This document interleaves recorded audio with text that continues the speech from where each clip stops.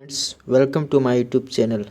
आज के भारतीय राज्य व्यवस्था एवं शासन के घटना चक्र में आप सभी का स्वागत है। मैं आपके लिए बहुत ही इम्पोर्टेंट टॉपिक लेकर के आया हूं। आज का टॉपिक है आपकी उद्देशिका, जो आपकी यूपीएससी, यूपीपीसीएस, आरओ में बहुत ही पूछा जाता है। जो आज का समसामयिक घटना चक्र है की क्लास है, जो आपकी बहुत ही इम्पोर्टेंट है। को क्लास शेयर कीजिएगा और कमेंट में बताइएगा कैसी लगी। तो शुरू करते हैं आज की क्लास। टॉपिक है आपका उद्देश्य का। तो आइए जानते हैं उद्देश्य का के बारे में। पंडित जवाहरलाल नेहरू द्वारा संविधान सभा में 13 दिसंबर 1946 को उद्देश्य प्रस्ताव प्रस्तुत किया गया। कब किया गया? 13 दिसंबर 1946 को क्या किया गया? उद्देश्य प्रस्ताव प्रस्तावित किया गया। आगे देखते हैं। 22 जनवरी 1947 को उद्देश्य प्रस्ताव को संविधान सभा द्वारा अंगीकृत किया गया। कब? 22 जनवरी 1947 को उद्देश्य प्रस्ताव को संविधान द्वारा अंगीकृत किया गया। उद्देश्य प्रस्ताव को ही परिवर्तित करके संविधान की प्रस्तावना उद्देशिका बनाई गई। 42वें संविधान संशोधन अधिनियम 1976 द्वारा उद्देशिका में समाजवादी, पंथनिरपेक्ष और अखंडता और शब्द जोड़े गए। आगे देखते हैं। भारतीय संविधान की उद्देशिका ने भारत को संपूर्ण प्रभुता संपन्न, समाजवादी, पंथनिरपेक्ष, लोकतंत्रात्मक गणराज्य के रूप में घोषित किया गया है। संविधान की उद्देशिका अपने नागरिकों को तीन प्रकार के न्याय सामाजिक, आर्थिक और एवं राजनीतिक सुनिश्चित कराती है। उद्देशिका संविधान के विधिक निर्वचन में सहायक है। सर अल्लादी कृष्णा स्वामी अय्यर, क्या नाम था? सर अल्लादी कृष्णा स्वामी अय्यर के अनुसार उद्देशिका हमारे सपनों और विचारों का प्रतिनिधित्व करती है। के मुंशी के अनुसार उद्देशिका हमारे प्रभुत्व संपन्न लोकतंत्रात्मक गणराज्य की जन्म कुंडली है। प्रस्तावना यानी कि उद्देशिका को संविधान का भाग केशवानंद भारतीय बनाम केरल राज्य 1973 बाद में स्वीकार किया गया। इससे पूर्व केशवानंद बनाम भारतीय राज्य 1973 में बाद स्वीकार किया गया। इससे पूर्व बिरारूवादी बाद 1960 में उद्देशिका को संविधान का अंग नहीं माना गया। गोलकनाथ बनाम पंजाब राज्य 1967 के प्रकरण में उद्देशिका को संविधान का मूल आत्मा कहा गया है। बम्बई बनाम यूनियन ऑफ इंडिया 1994 बाद में उच्चतम न्यायालय ने यह अवधारणा पुनः स्पष्ट की। उद्देशिका संविधान का भाग है तथा पंथनिरपेक्षता संविधान का मूल लक्षण है। आगे देखते हैं। उद्देशिका की प्रकृति न्याय योग्य नहीं है। आगे देखते हैं।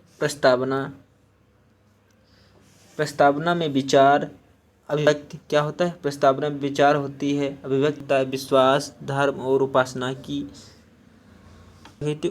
की प्रजातंत्र बात की गई। क्या की गई? उपासना की क्या की गई है? बहुत ही इंपॉर्टेंट टॉपिक है। टॉपिक को शेयर कीजिएगा।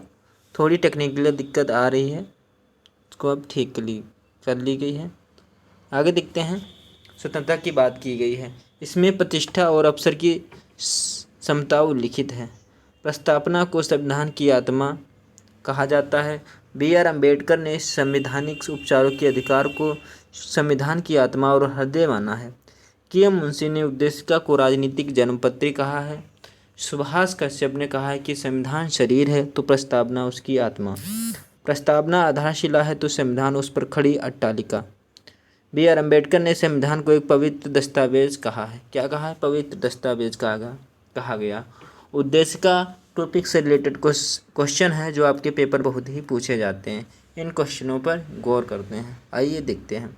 क्वेश्चन नंबर पहला है, निम्नलिखित अवतरण में हम भारत के लोग भारत को संपूर्ण प्रभुत्व संपन्न, समाजवादी, पंथनिरपेक्ष, लोकतंत्रात्मक गणराज्य बनाने के लिए तथा उससे समस्त नागरिकों को सामाजिक, आर्थिक और राजनीतिक न्याय, विचार, विभक्ति, विश्वास, धर्म और उपासना की स्वतंत्रता, प्रतिष्ठा और अवसर की समता प्राप्त करने के लिए तथा उन सब में व्यक्ति की गरिमा और राष्ट्र की एकता और अखंडता सुनिश्चित करने वाली बंधुता बढ़ाने के लिए दृढ़ संकल्प होकर अपनी इस संविधान सभा में आज X को अध्यक्षों द्वारा संविधान को अंगीकृत किया गया, अधिनियमित और आत्मनिर्भर करते हैं। कब किया गया?